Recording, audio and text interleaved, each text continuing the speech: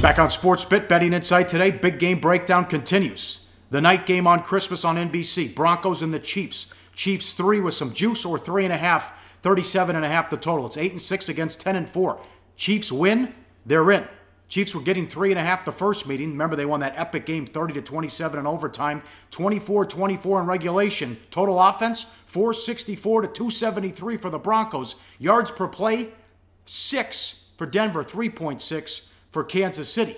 What has happened to this offense with the Broncos? Last week against the Patriots, 2 for 17 on third down, 58 rushing yards, 24th in yards, 26 on third down, 29th in the red zone. They missed C.J. Anderson. They were 5-2 when he got hurt. And I'll tell you, Kubiak, if you punt to Hill, you should have your head examined and get Norwood off punt returns. He fumbles every week for you. Yeah.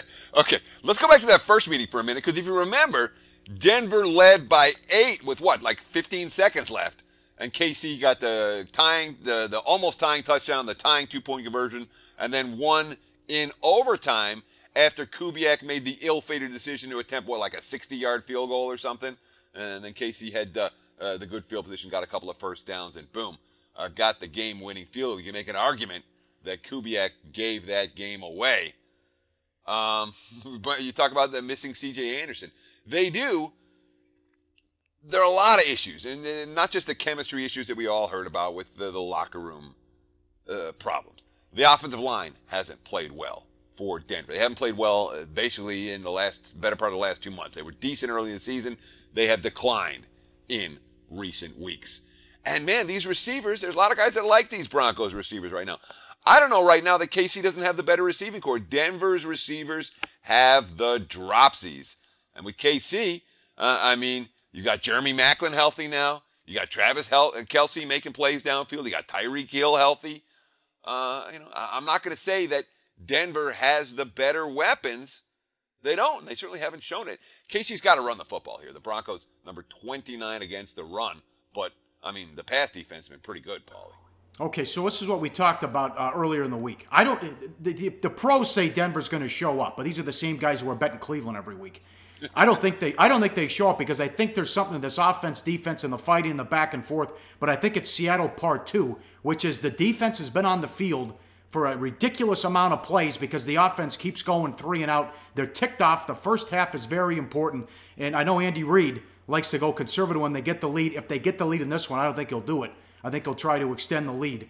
But I'm concerned that the offense can't do anything.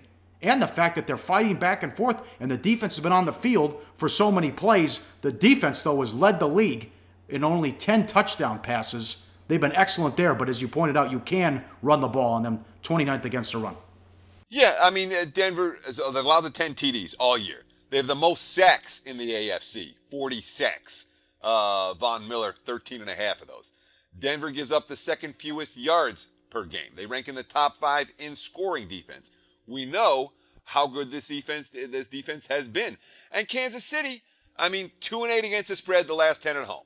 Their last 7 games, they've gone 6-1 straight up. They've been outgained by 600 yards during that span. But the way they lost last week, yeah, exactly. Wow, they're outgained almost 100 yards a game. The way they lost last week to Tennessee, a cash ticket with the Titans was not a right side. Let's see, they had a 4th and goal try from the 1. Reed being aggressive. They got stuffed. Alex Smith threw an interception in the end zone late in the third quarter. Again, Reed being aggressive. Didn't work out, He doesn't like to throw when he doesn't have to in the red zone. And then, of course, his ill-fated timeout for Suckup, give him another chance to boot the 53-yard game winner. Now, it's a Chiefs team that they missed Derek Johnson last week at linebacker, and now this week they may not have the pass-rushing force that Justin Houston brings to the table. He's missed practice all week. Very questionable. So we're talking about a team that has struggled against the spread. They've been outgained and outplayed in a lot of these contests. And they've got a couple of key defensive injuries. And, they're facing a foe that's on the desperate side.